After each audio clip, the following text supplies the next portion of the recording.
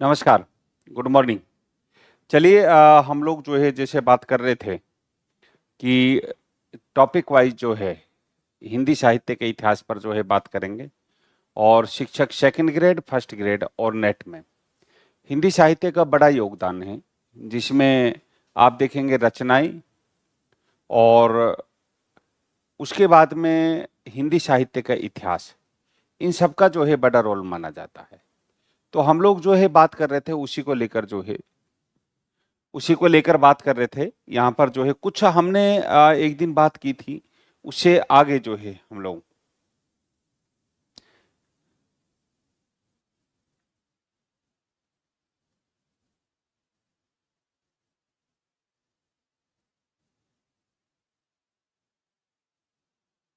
देखिए यहाँ से जो है हम लोग ये बात कर रहे थे।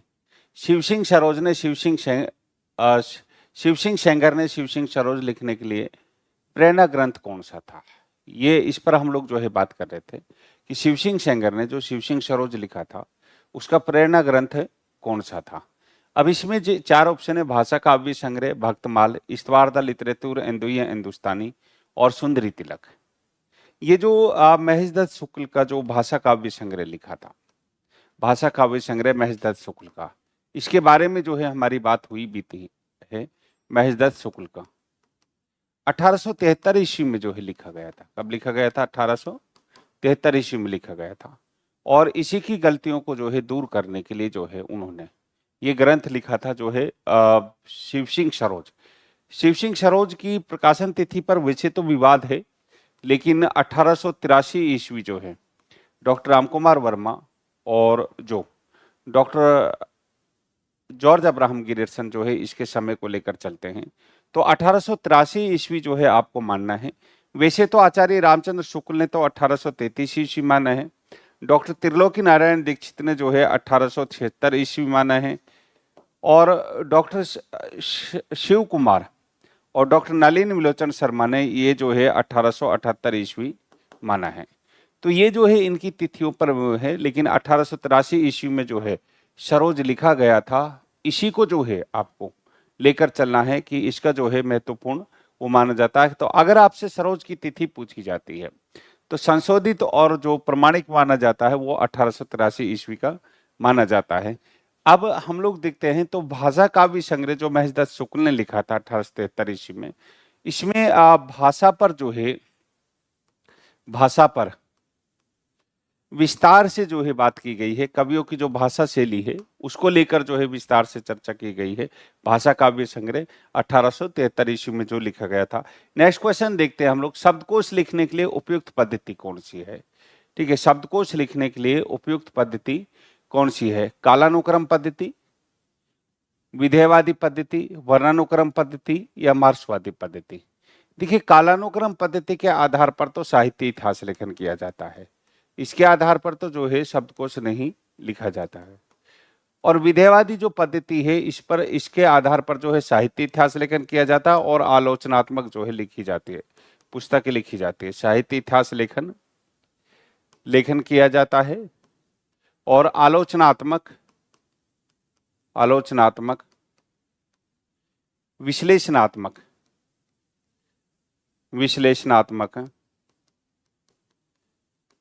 ग्रंथ लिखे जाते हैं। और इसके साथ साथ इसमें जो है वर्णनात्मक, ये जो ग्रंथ है इस विधेयवादी पद्धति के आधार पर लिखे जाते हैं। किसके आधार पर लिखे जाते हैं? विधेयवादी पद्धति के आधार पर लिखे जाते हैं। आप इसको देख सकते हैं। देखिए, आलोचनात्मक ग्रंथ, जब आपसे क्वेश्चन ऐसा आ जाए कि भाई आलोचनात्मक ग्रंथ किसके आधार पर लिखे जाते हैं, तो किसके आधार पर लिखे जाते हैं? जो है विधेयवादी पद्धति के आधार पर। जब आपसे क्वेश्चन ऐसे पूछे जाए कि जो है विश्लेषणात्मक ग्रंथ किसके आधार पर लिखे जाते हैं, कौन से विश्लेषणात्मक ग्रंथ किसके आधार पर लिखे जाते हैं, तो विधेयवादी पद्धति के आधार पर लिखे जाते हैं। और जब आपसे ये पूछा जाए कि वर्णनात्मक ग्रंथ कौन से किस पद्धति के आधार पर लिखे जाते हैं, तो भी जो है आपसे, ठीक है, कौन सा आएगा? ये विधेयवादी पद्धति। तो इसके आधार पर जो है वर्णनात्मक ग्रंथ भी लिखे जाते हैं। अब वर्णानुक्रम पद जो है वो होती है, इसके आधार पर जो है जितने भी शब्दकोश लिखे गए हैं आज तक, जितने भी शब्दकोश लिखे गए हैं, चाहे तो वो अंग्रेजी भाषा के हों या फिर जो है हिंदी भाषा के हों, अंग्रेजी भाषा के हों या हिंदी भाषा के हों, तो सारे के सारे शब्दकोश जो है इसी के आधार पर जो है लिखे जाते हैं। किसके आधार पर? वर्णानुक्रम पद्धति के आधार पर। अच्छा, मार्क्सवादी पद्धति जो है ना, ये मार्क्सवादी जो सिद्धांत हैं उसके आधार पर इसके भी कुछ लेखक हुए हैं, जैसे डॉक्टर नामवर सिंह हैं, प्रोफेसर मैनेजर पांडे हैं और डॉक्टर रामविलास शर्मा हैं। तो उन्होंने जो है मार्क्सवादी पद्धति पर ही अपनी जो है आलोचनात्मक किताब लिखी है। इसके आधार पर भी जो है आलोचनात्मक, लेकिन उसके जो है सिद्धांतों का जो है पद्धति जो होती है वो बदल जाती है। तो वर्णानुक्रम पद्धति के आधार पर अंग्रेजी भाषा के शब्दकोश हों या फिर जो है वो उर्दू भाषा के शब्दकोश हों या फिर जो है हिंदी भाषा के शब्दकोश हों, सब इसी के आधार पर लिखे गए हैं। आपने देखा होगा जो शब्द सागर है 11 भाग में, कौन सा शब्द सागर? शब्द सागर जो लिखा गया है 11 भाग में, कितने भाग में? 11 भाग में है, नागरी प्रचारणी सभा से। याद रखिएगा अगर ऐसा क्वेश्चन आपसे पूछा जाए। ठीक है, ठीक है। क्लास जो है, ठीक है,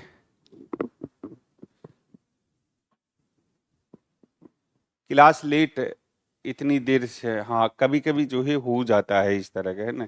तो शब्द सागर जो लिखा गया था ना 11 भाग में जो लिखा गया था, वो इसी पद्धति के आधार पर जो है लिखा गया था 11 भागों में। और शब्दकोश जो लिखा गया है 3 भागों में, विश्व शब्दकोश जो है नागरी प्रचारणी सभा से। आप इनको ध्यान रखिएगा। देखिए, अगर आपसे पूछे कि विश्व शब्दकोश जो है, विश्व शब्दकोश जो लिखा गया था ये 3 भाग में है। कितने में? 3 भाग में है। ये नागरी प्रचारणी सभा से लिखा गया है, नागरी प्रचारणी सभा काशी से जो है लिखा गया है। और अगर शब्द सागर पूछे, शब्द सागर ये भी जो है 11 भाग में है, ये भी जो है नागरी प्रचारणी सभा काशी से लिखा गया। अब कई बार जो है आपसे जो है इस तरह से जो है, ठीक है, क्वेश्चन आपसे पूछ ले, विश्व शब्दकोश 3 भाग में, शब्द सागर जो है 11 भाग में जो है लिखा गया था। और विधेयवादी पद्धति के आधार पर ही जो है हिंदी साहित्य का बृहत इतिहास जो 16 खंड में लिखा गया था, आचार्य रामचंद्र शुक्ल ने इसका जो वो लिया था। तो साहित्य इतिहास जो लिखे गए हैं, हिंदी साहित्य का आलोचनात्मक इतिहास या फिर आप लोग देखें हिंदी साहित्य का बृहत इतिहास जो 16 खंडों में लिखा गया है, तो वो विधेयवादी पद्धति के आधार पर लिखा गया है। जॉर्ज अब्राहम गियर्सन ने जो है कालानुक्रम पद्धति के आधार पर पहला इतिहास लिखा था हिंदी साहित्य का, the modern vernacular literature of Hindustan. तो ये जो है ना आप लोगों का इस तरह से जो है क्वेश्चन आपके आ जाते हैं। कई बार तो ये भी जो है आ जाता है कि शब्द सागर जो है कितने भागों में लिखा गया था, ये भी क्वेश्चन जो है आ जाता है, शब्द सागर कितने भागों में लिखा गया था। नेक्स्ट क्वेश्चन चलते हैं, आचार्य रामचंद्र शुक्ल ने आदिकाल को कितने प्रकरण में बांटा है? आचार्य रामचंद्र शुक्ल ने आदिकाल को कितने प्रकरण में बांटा है? इसने शुक्ल जी ने जो है ना ये प्रकरण नाम दिया है सर को। देखिए, एक तो जो है इन्होंने बांटा है प्रकरण फर्स्ट में, प्रकरण फर्स्ट में जो है हिंदी साहित्य का जो है सामान्य परिचय, क्या बांटा है? सामान्य परिचय जो है इन्होंने जो ये बांटा है। फिर दूसरा जो है इन्होंने प्रकरण जो लिखा है अपभ्रंश काव्य, अपभ्रंश काव्य, इस पर हमारी जो है बात हुई भी थी, लेकिन कुछ बात रह गई थी उसको जो है। और देश भाषा काव्य, देश भाषा काव्य, देश भाषा काव्य को इन्होंने वीरगाथा काल नाम दिया है। क्या नाम दिया है? वीरगाथा काल नाम दिया है। और इसका समय जो है विक्रम संवत 1050 से 1375 तक जो है माना है। ये जो है इसी को जो है इन्होंने वीरगाथा काल दिया। और चौथा जो प्रकरण बांटा है इन्होंने, ये तो तीसरा प्रकरण हो गया,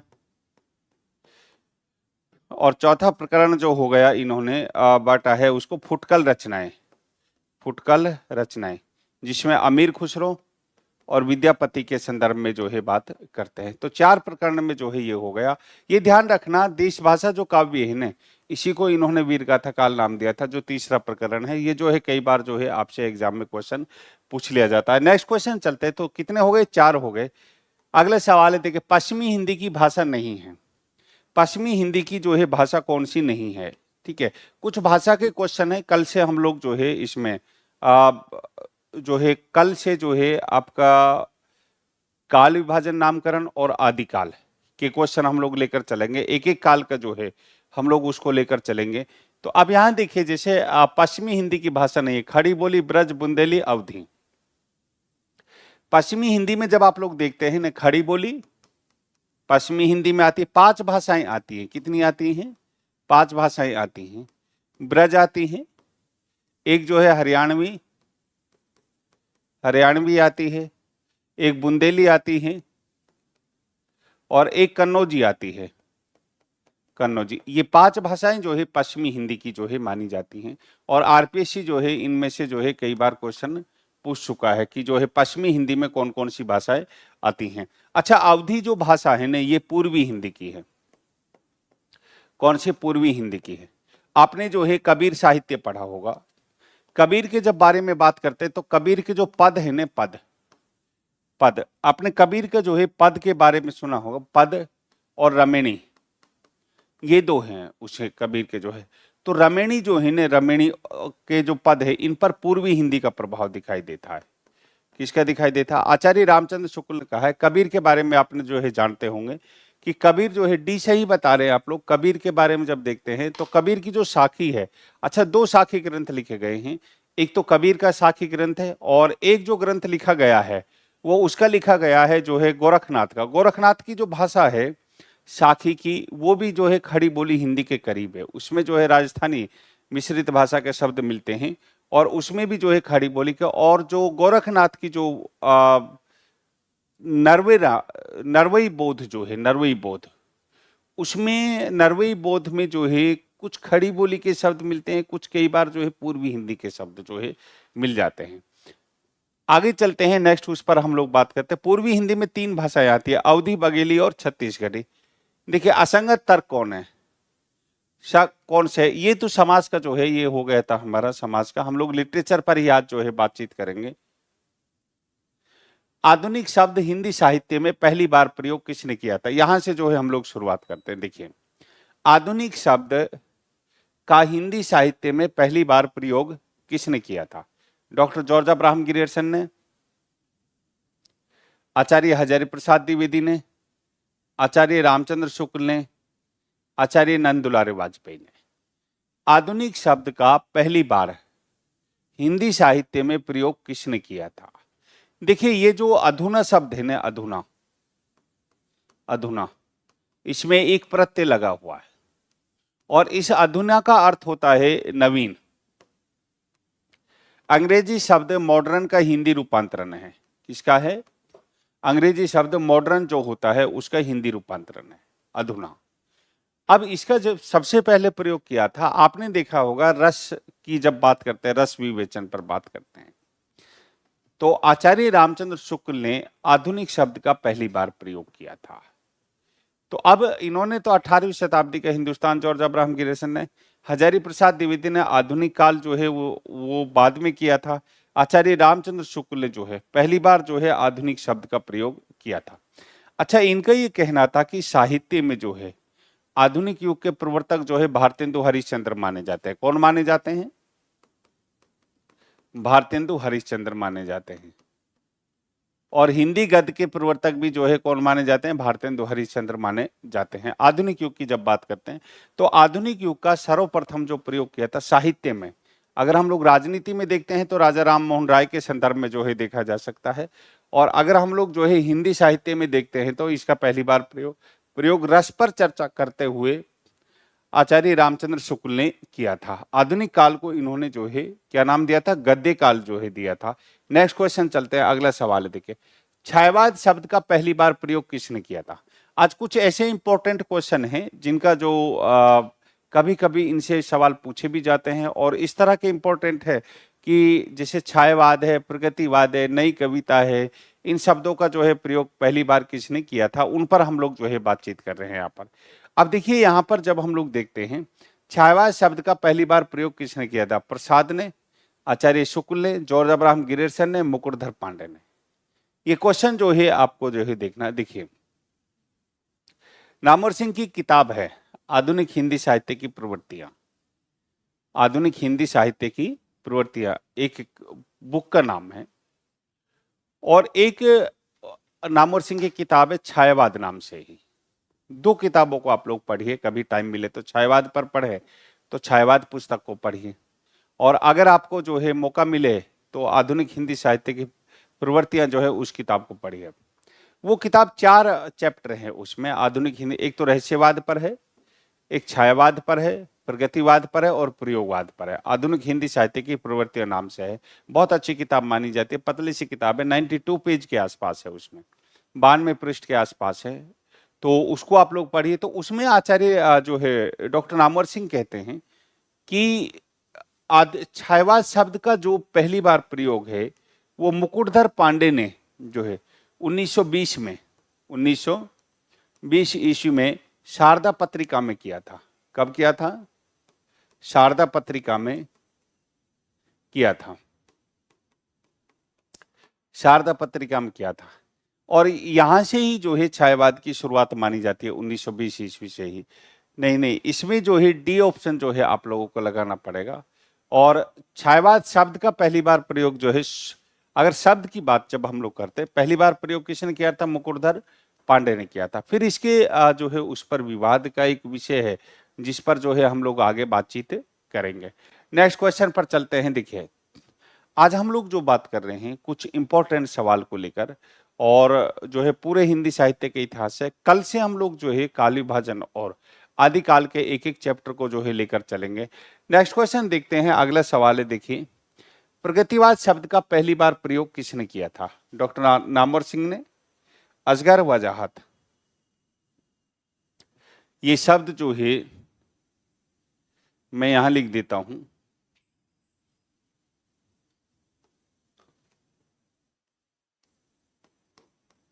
असगर वजाहत। देखिए, डॉक्टर नामवर सिंह, असगर वजाहत, मुक्तिबोध, आचार्य नंद दुलारे वाजपेयी। ठीक है, किसका?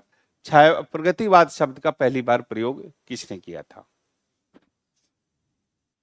डॉक्टर नामवर सिंह, असगर वजाहत, मुक्तिबोध, आचार्य नंद दुलारे वाजपेयी। देखिए, आप ये जो है ना सी ऑप्शन जो है इसमें, गजानन माधव मुक्तिबोध ने आगामी कल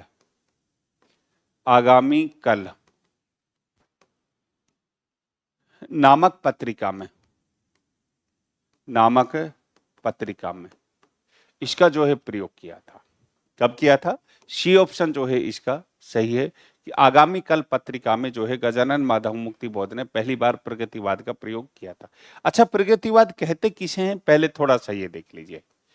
प्रगतिवाद, देखिए, इसमें 3 शब्द हैं जो है प्रगतिवाद। ये 2 शब्द हैं इसमें, एक तो प्रगति है और एक क्या है? वाद है। ये 2 शब्द। प्रगति का अर्थ होता है आगे बढ़ना, आगे बढ़ना, आगे बढ़ना, आगे बढ़ना। और वाद का अर्थ होता है दर्शन। वाद का अर्थ क्या होता है? दर्शन। विशेष दर्शन के तहत आगे बढ़ना क्या कहलाता है? प्रगतिवाद कहलाता है। विशेष दर्शन के तहत आगे बढ़ना प्रगतिवाद कहलाता है। एक बात है, अब विशेष दर्शन क्या है? ऐसा साहित्य जो किसान मजदूरों के मूलभूत अधिकारों की बात करता है, उसे हम लोग जो है प्रगतिवाद कहते हैं हिंदी साहित्य में। डॉक्टर नामवर सिंह का कहना है कि प्रगतिवाद और प्रगतिशील दोनों में कोई अंतर नहीं है। प्रगतिवाद शब्द का पहली बार प्रयोग आगामी कल नामक पत्रिका में गजानन माधव मुक्तिबोध ने किया था। और प्रगतिवाद के 5 कवि माने जाते हैं। कौन कौन से कवि माने जाते हैं? 5 कवि माने जाते हैं। एक तो कौन माने जाते हैं? नागार्जुन, त्रिलोचन, केदारनाथ अग्रवाल, गजानन माधव मुक्तिबोध और शमशेर बहादुर सिंह। फिर 2 कवि और ले लेते हैं, शिवमंगल सिंह सुमन,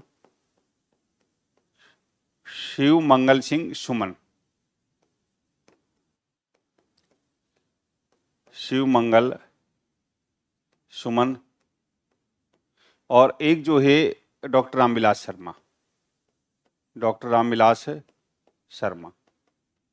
ये जो है इन कवियों को जो है हम लोग इसमें और ले लेते हैं। तो नागार्जुन, त्रिलोचन, केदारनाथ अग्रवाल, मुक्तिबोध, शमशेर बहादुर सिंह और शिव मंगल सिंह सुमन, दो कवियों के बारे में हम लोग इस पर चर्चा और करेंगे। 1936 ईस्वी से जो है इसकी शुरुआत होती है और 1943 ईस्वी तक जो है ये माना जाता है। कब से मानी जाती है? 1936 से मानी जाती है। जो हिंदी साहित्य सम्मेलन हुआ था, कहाँ पर? जो भारत में जो हिंदी साहित्य सम्मेलन हुआ था, लखनऊ में जो हुआ था, ठीक है, उसी से ही जो है इसकी जो है शुरुआत मानी जाती है। प्रगतिवाद करता था। प्रगति का मतलब होता है आगे बढ़ना, वाद का मतलब होता है दर्शन, विशेष दर्शन के तहत आगे बढ़ना क्या कहलाता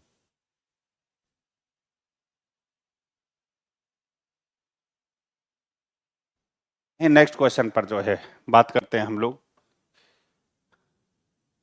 प्रयोगवाद शब्द का पहली बार प्रयोग किसने किया था?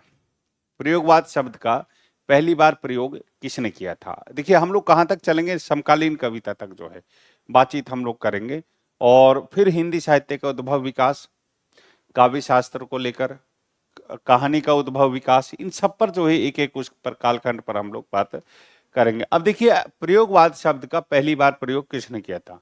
आचार्य रामचंद्र शुक्ल ने, आचार्य नंदुलारे वाजपेयी ने, अज्ञे ने, डॉक्टर रामविलास शर्मा ने। प्रयोगवाद शब्द का पहली बार प्रयोग किसने किया था? प्रयोगवाद की शुरुआत कब से मानी जाती है? 1943 से ईस्वी से मानी जाती है। ठीक है, प्रयोगवाद की शुरुआत कब से मानी जाती है? प्रयोगवाद देखिए 1943 ईस्वी से मानी जाती है। कब से मानी जाती है? 1943 से। ये दो शब्द है इसमें, एक तो प्रयोग है, एक क्या है? वाद है। यहां पर प्रयोग का अर्थ क्या है? सत्यान्वेषण, सत्यान्वेषण। इसका मतलब है सत्य की खोज, सत्य की खोज, खोज। एक शब्द यहां पर क्या है? वाद। वाद का अर्थ है बुद्धि के आधार पर, बुद्धि। अब आप ऐसा कह सकते हैं बुद्धि के आधार पर सत्य की खोज क्या कहलाता है? प्रयोगवाद कहलाता है। बुद्धि के आधार पर डॉक्टर नामवर सिंह का कहना है कि तार सप्तक जो है 1943 में प्रकाशित हुआ था। देखिए पहला तार सप्तक था, फिर दूसरा सप्तक, तीसरा सप्तक, दूसरे और तीसरे और चौथे में तार शब्द नहीं है। इस तार सप्तक का अर्थ क्या होता है मैं आपको ये बताता हूं। देखिए ये जो तार सप्तक आया था 1943 ईस्वी में, कब आया था? 1943 ईस्वी में। ये तार का मतलब होता है लय, संगीत अर्थात धुन। आप ऐसा कह सकते हैं गीतात्मकता। क्या कह सकते हैं? गीतात्मकता थी।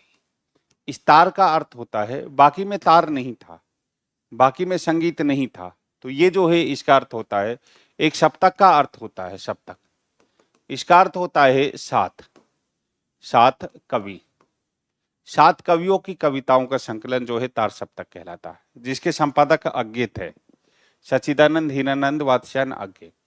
अब ये जो है ना, ये इसमें पहले जो अज्ञे ने आरोप लगाया था प्रगतिवाद पर कि प्रगतिवाद ने दो तीन काम किए। लेखक की स्वतंत्रता का हनन कर लिया, और जो है उन्होंने अज्ञे ने कहा कि शब्द ही काव्य है, शब्द ही काव्य है। अब शब्द ही काव्य का मतलब ये होता है कि शब्द में संगीतात्मकता होती है, लेकिन प्रगतिवाद में ये संगीतात्मकता देखने को नहीं मिली थी। तो इसलिए क्या है कि इसमें तार की बात की गई थी। तो जो पहला तार सप्तक आया था 1943 में, तार सप्तक ही उसको नाम कहते हैं, उसमें संगीतात्मक थी। अब दूसरा सप्तक जो आया था, तो दूसरे सप्तक में जब हम लोग देखते हैं, जो धुन और लय थी वो नहीं थी। नई कविता से वो संबंध रखता है दूसरा, क्योंकि नई कविता में गद और पद का जो है अंतर मिट गया था, तो इसलिए उसमें तार नहीं था, अर्थात उसमें संगीत नहीं था नई कविता में। फिर बाकी सप्तक ही सप्तक आए थे। कुछ लोग भूलवश जो है उनको भी तार सप्तक कह देते हैं, जबकि वो तार नहीं है। क्योंकि तीसरे तार के अनुसार जो है, ये तीसरे तार होते हैं, तीन तार होते हैं हमारे गले में, ये मध्यम जो तार होता है, इसके अनुसार उन कविताओं को जो है गाया जाता था। अब हम लोग चलते हैं अपने क्वेश्चन की तरफ चलते हैं। देखिए प्रयोगवाद शब्द का पहली बार प्रयोग किसने किया था, ये जो है आपको देखना है। बुद्धि के आधार पर सत्य का अन्वेषण क्या कहलाता है? प्रयोगवाद कहलाता है। अब यहाँ पर जैसे देखिए आचार्य रामचंद्र शुक्ल, आचार्य नंदुलारे वाजपेयी, आगे डॉक्टर रामविलास शर्मा। अच्छा, आचार्य नंदुलारे वाजपेयी ने एक आर्टिकल इनका प्रकाशित हुआ था, प्रयोगवादी कविताएं,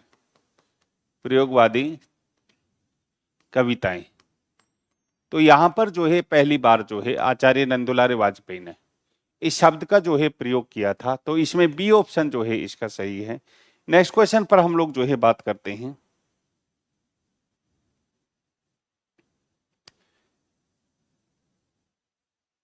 देखिए, नई कविता शब्द का पहली बार प्रयोग किसने किया था? नई कविता शब्द का पहली बार प्रयोग किसने किया था? बहुत आसान सा सवाल है। 4 ऑप्शन है, आचार्य नंदुलारे वाजपेयी, आगे डॉक्टर जगदीश गुप्त, डॉक्टर धर्मवीर भारती। नई कविता शब्द का पहली बार प्रयोग किसने किया था? आचार्य नंदुलारे वाजपेयी, आगे डॉक्टर जगदीश गुप्त, डॉक्टर धर्मवीर भारती। चलिए देखें, आचार्य नंदुलारे वाजपेयी, आगे डॉक्टर जगदीश गुप्त और डॉक्टर धर्मवीर भारती। बहुत आसान सा सवाल है कि नई कविता शब्द का पहली बार प्रयोग किसने किया था। देखिए 1947 ईस्वी में, पहले तो मैं आपको ये बता देता हूं, 1947 ईस्वी में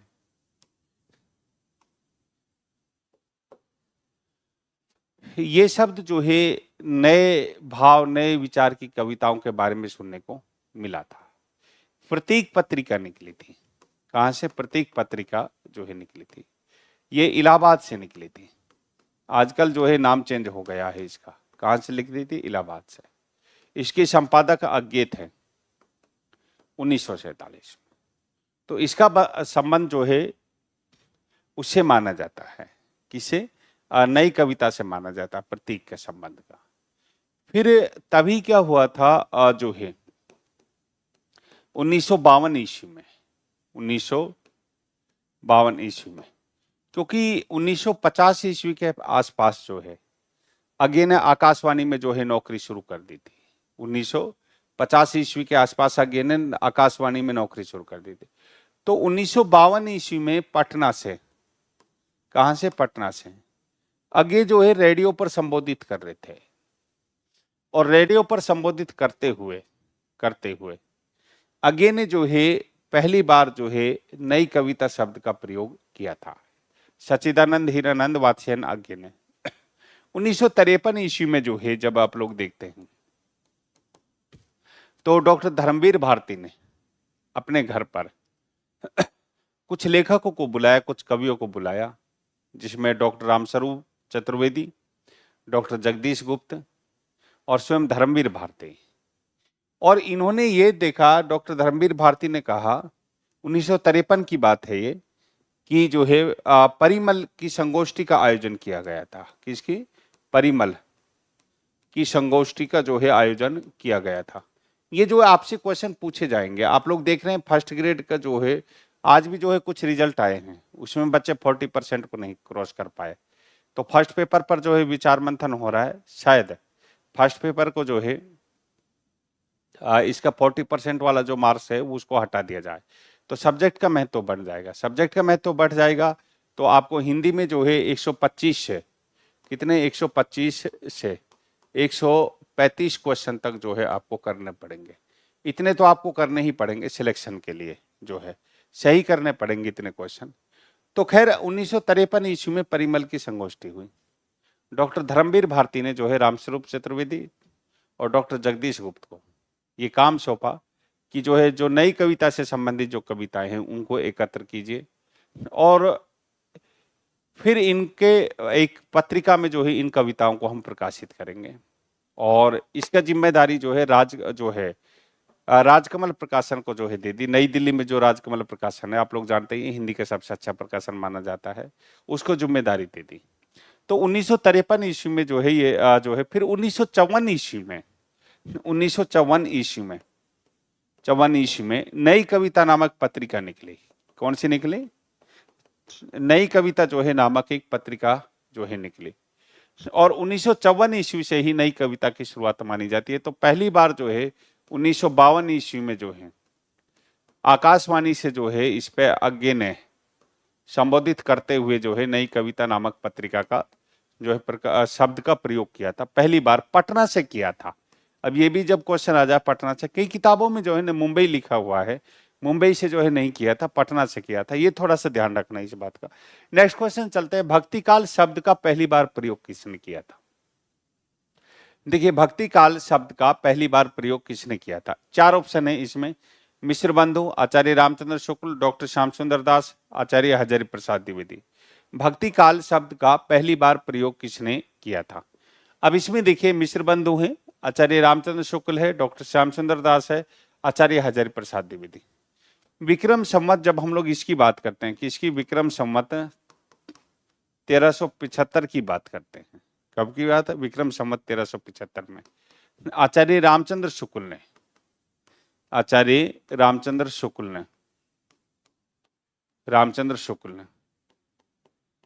पहली बार जो है भक्ति काल शब्द का प्रयोग किया।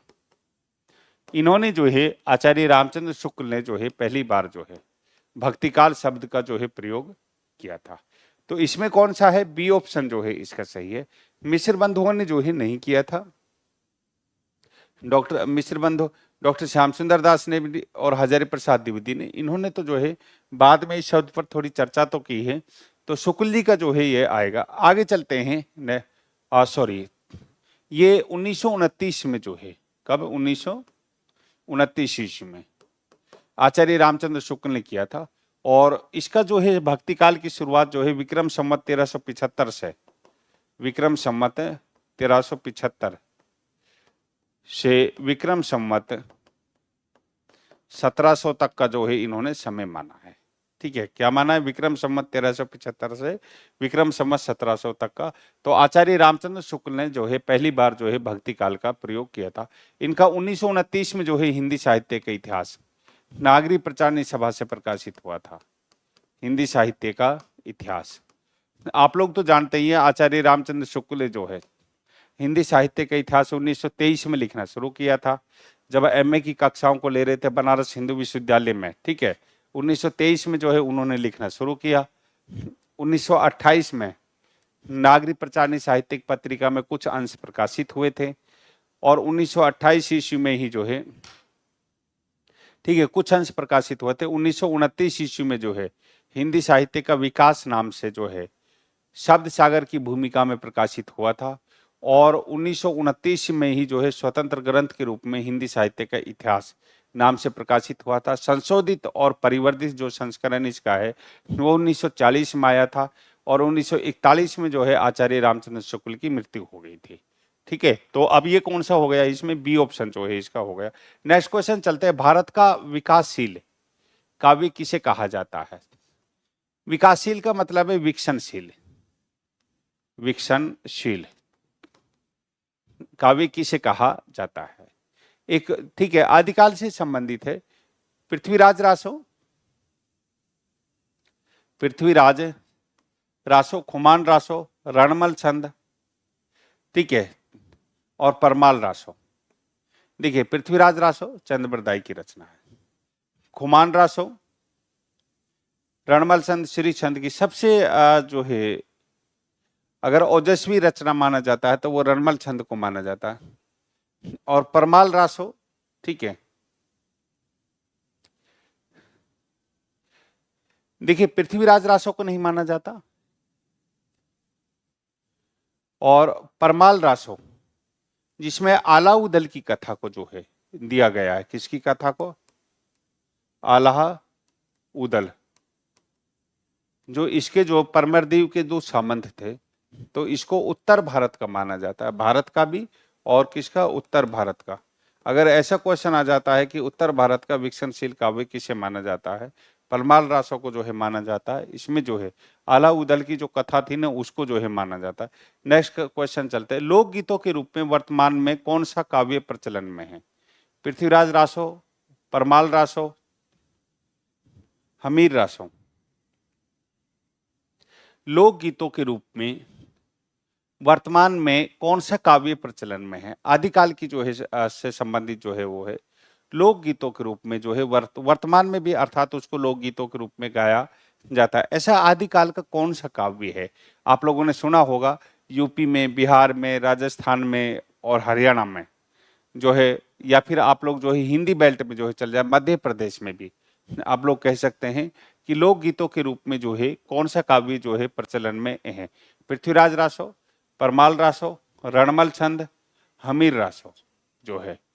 ठीक है, बी जो है ऑप्शन आप लोग बता रहे हैं कौन से? बी ऑप्शन जो है, हाँ बिल्कुल सही बात है। परमाल रासो जो है ना, इसको आज भी जो है लोकगीतों के रूप में गाया जाता है, लोकगीतों के रूप में गाया जाता है, क्योंकि आला उदल की कथा है, आज भी आप लोग देखते हैं गांव में जो है इस कथा को जो है गाया जाता है, आला उदल को। ये वीर रस से संबंधित है।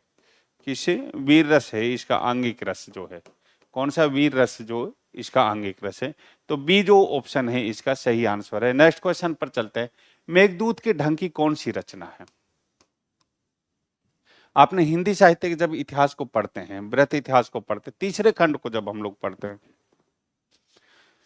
तो उसमें एक लिखा हुआ है, देखिए, मुंज रासो, संदेश रासक, पृथ्वीराज रासो, बीसल देव रासो। मेघदूत के ढंग की, कालिदास का जो मेघदूत है उसके ढंग की कौन सी रचना लिखी गई है? मुंज रासो, ये जो है श्रृंगारिक काव्य है। कौन सा है? श्रृंगारिक काव्य, अर्थात विरह की प्रधानता है। देखिए, श्रृंग किसको कहा जाता है? श्रृंग में आर लगा हुआ है, तो ये क्या हो गया? श्रृंगार हो गया, श्रृंगार हो गया। श्रृंग का अर्थ होता है कामोद्रेक की भावना, कामोद्रेक की भावना, और ये दो रूपों में होती है, एक तो वियोग में और एक क्या है? संयोग में। एक क्या है? संयोग में। तो विरह से प्रधान जो है आदिकाल में तीन तरह का रासो साहित्य लिखा गया था। एक तो जो है श्रृंगारिक रासो साहित्य, धार्मिक रासो साहित्य और ऐतिहासिक रासो साहित्य। अब इसमें जब मेघदूत के ढंग की कौन सी रचना? मुंज रासो, संदेश रासक, पृथ्वीराज रासो, बीसल देव रासो। ठीक है, तो कौन सा आंसर बता रहे आप लोग? बी आंसर आप लोग बता रहे। तो संदेश रासक जो है ना, ये अब्दुल रहमान की रचना है। किसकी है? अब्दुल रहमान की रचना है, और इसी को जो है मेघदूत के ढंग की रचना कहा जाता है। ऐसा कहते हैं कि हिंदी साहित्य का जो है ये श्रेष्ठ विरह काव्य माना जाता है। ऐसी कुछ मान्यताएं हैं आलोचकों की। जब आपसे क्वेश्चन ये पूछा जाए कि हिंदी साहित्य का श्रेष्ठ विरह काव्य किसे कहा जाता है, तो संदेश रासक को जो है हिंदी साहित्य का जो है श्रेष्ठ है विरह काव्य की श्रेणी में रखा जाता है। आचार्य हजारी प्रसाद द्विवेदी ने जो है इसे मेघदूत के ढंग की रचना माना है। नेक्स्ट क्वेश्चन चलते हैं, अगला सवाल है, देखिए, ऐतिहासिक रास काव्य की श्रेणी में आता है। इसमें से ऐतिहासिक जो रास काव्य है उसकी श्रेणी में कौन कौन सा आता है? देखिए, रास काव्य जो है तीन तरह का लिखा गया था। रास काव्य जो है, रासो साहित्य, साहित्य तीन तरह का जो है लिखा गया था। अब एक तो लिखा गया था इसमें धार्मिक रासो साहित्य। कौन सा? धार्मिक रासो साहित्य। और दूसरा लिखा गया था जो है ऐतिहासिक रासो साहित्य, ऐतिहासिक रासों। और तीसरा तरह का जो प्रकार लिखा गया था श्रृंगारिक रासों, श्रृंगारिक रासों। ये देखिए, आदिकाल में जो है हिंदी साहित्य की श्रेष्ठ शैली मानी जाती है, हिंदी साहित्य की श्रेष्ठ शैली मानी जाती है। अब इसमें जो है पूछा गया है ऐतिहासिक रास काव्य की श्रेणी में आता है।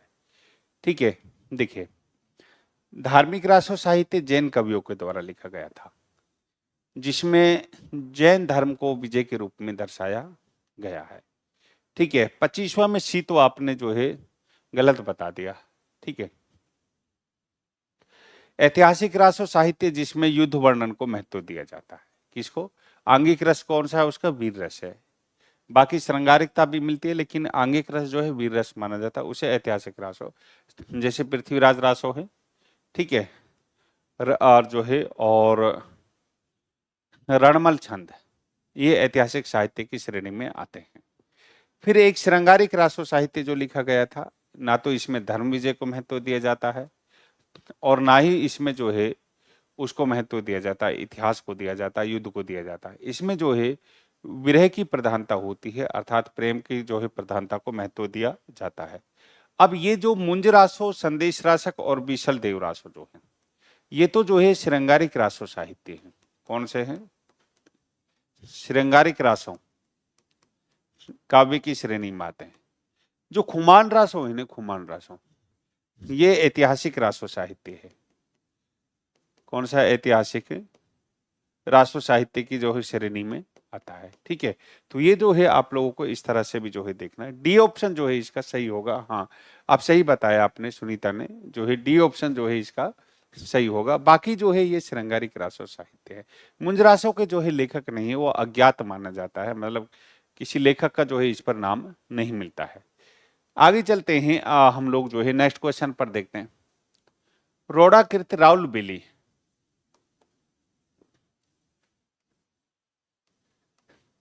ये रोड़ा कवि है। रोडाकृत राउल बेली के संदर्भ में सही कथन नहीं है।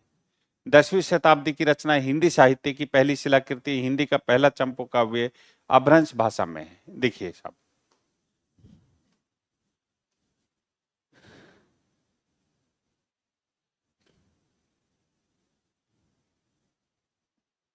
बेली क्या कहलाता है? बेली जब हम लोग कहते हैं इसको, बेली को, बेली अपभ्रंश भाषा का एक छंद है।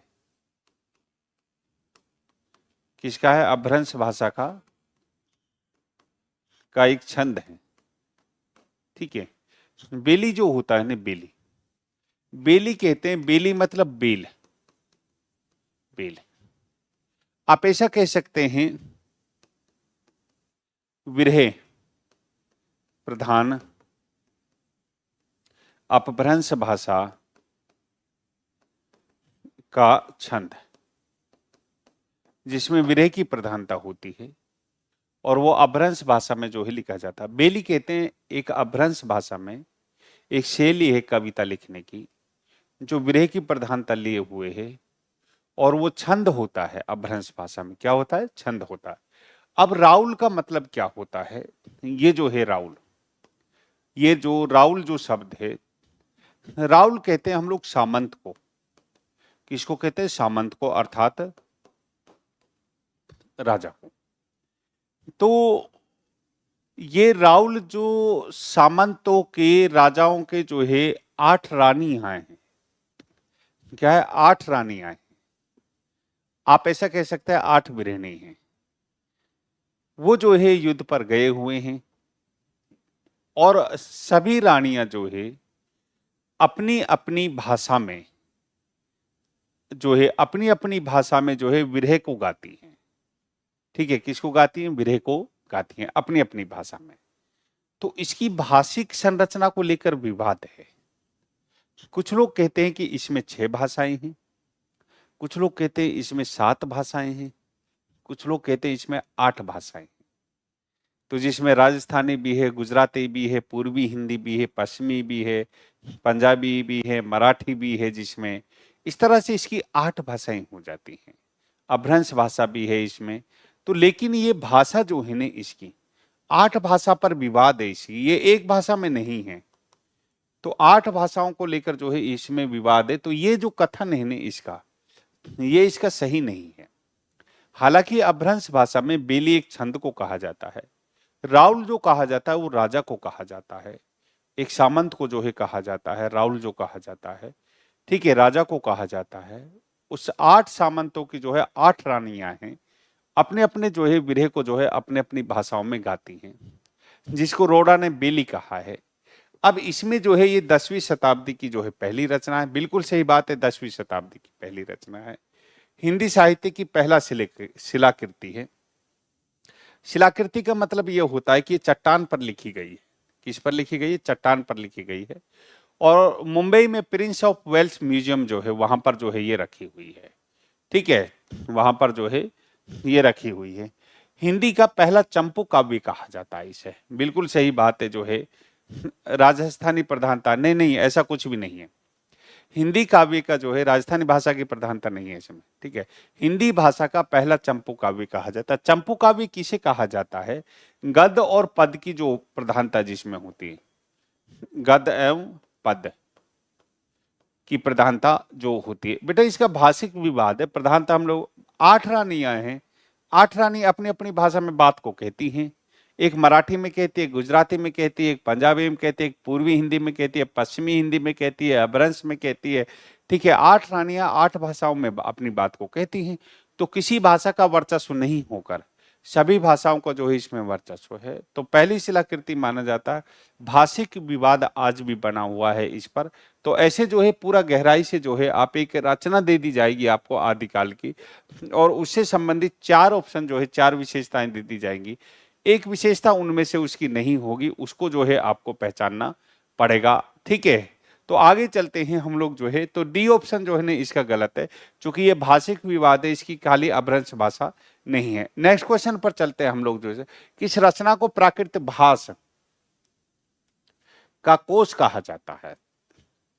शब्दानुशासन आचार्य हेमचंद्र की, प्रबंध चिंतामणि मेरुतिंग की, भविष्यत कहा धनपाल की, आबूरास कहा अज्ञात कवि की, ठीक है।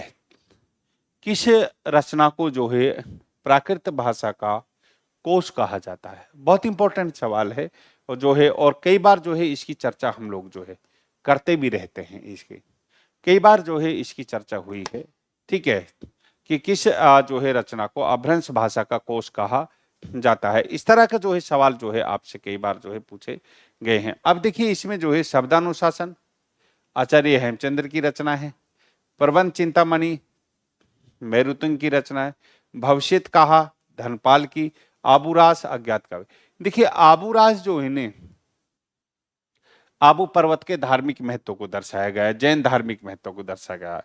भविष्यत कहा जो है पहला लोक काव्य कहा जाता है, ठीक है। क्या कहा जाता है? पहला लोक काव्य कहा जाता है। प्रबंध चिंतामणि मेरुतिंग की इसने शब्दानुशासन है ना आचार्य हेमचंद्र की। आचार्य हेमचंद्र जो है जैन कवि हैं। कौन से हैं? जैन कवि हैं आचार्य हेमचंद्र, और इनकी शब्दानुशासन जो रचना जो मानी जाती है, ठीक है, तो इसे प्राकृत भाषा का कोश कहा जाता है। क्या कहा जाता है? प्राकृत भाषा का इसे कोश कहा जाता है। इसमें जैन शब्दा जो सिद्ध शब्दावली का भी जो है वो मिलता है वर्णन। इसमें जो है सिद्ध शब्दावली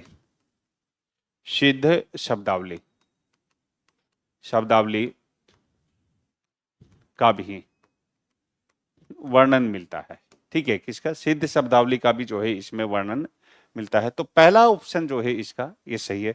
नेक्स्ट क्वेश्चन पर चलते हैं। दलपति विजय द्वारा लिखित खुमान रासों के संदर्भ में असंगत है, अर्थात एक गलत कथन है जो है इसके बारे में। दलपति विजय आचार्य शुक्ल ने इसे आदिकालीन रासो साहित्य में नहीं रखा। ये दोहा कविता और सवैया छंद में लिखित है। छंद विविधता इसकी विशेषता नहीं है, ठीक है। शुक्ल जी ने इसका समय 9वीं शताब्दी माना है। देखिए आचार्य रामचंद्र शुक्ल ने इसे आदिकाल में नहीं रखा है, बिल्कुल सही बात है। क्यों? क्योंकि ये 9वीं शताब्दी से मानी जाती है, और शुक्ल जी भी आदिकाल जो है रासो साहित्य का जो है वीर गाथा काल का समय कब से मानते हैं? विक्रम संवत 1050 से 1375 तक मानते हैं। कब तक मानते हैं? विक्रम संवत 1000 से 1375 तक। तो ये इस क्राइटेरिया में जो है ये फिट नहीं बैठती है, चूंकि 9वीं शताब्दी की है ना। छंद विविधता इसकी विशेषता मानी जाती है, बिल्कुल सही बात है, ठीक है। ये दोहा और कवि सवैया छंद में लिखित है, बिल्कुल सही बात। छंद विविधता इसकी विशेषता नहीं है। देखिए नहीं शब्द लिख दिया, ये गलत है। इसका ऑप्शन शुक्ल जी ने इसका समय 9वीं शताब्दी माना है, बिल्कुल सही बात है। शुक्ल जी ने इसका समय कब माना है? 9वीं शताब्दी माना है, ठीक है। तो सी ऑप्शन जो है ना इसका गलत ऑप्शन है। तो आज तो हम लोग जो है, ठीक है, यही जो है यहीं तक जो है क्वेश्चन को रहने देते हैं। सी ऑप्शन जो है इसका सही है, क्योंकि छंद विविधता जो है ना, छंद विविधता ये इसकी विशेषता नहीं है, ठीक है। ये इसकी विशेषता है, छंद विविधता। इसकी सबसे बड़ी विशेषता तो छंद विविधता है। लेकिन यहाँ क्या लिख दिया? नहीं शब्द जो है लिख दिया गया है, नहीं लिख दिया गया है। और 9वीं शताब्दी की रचना, तो इसलिए इस जो शुक्ल जी ने काल विभाजन नामकरण किया है वो उस क्राइटेरिया में नहीं आती है। तो खैर कल हम लोग जो है काल विभाजन और आदिकाल के क्वेश्चनों से जो है शुरू करेंगे, एक एक काल को ले लेते हैं, काल विभाजन एवं नामकरण से संबंधित और आदिकाल से संबंधित कल हम लोग शुरू करेंगे। आज तो इतना ही, कल फिर बात करेंगे। नमस्कार।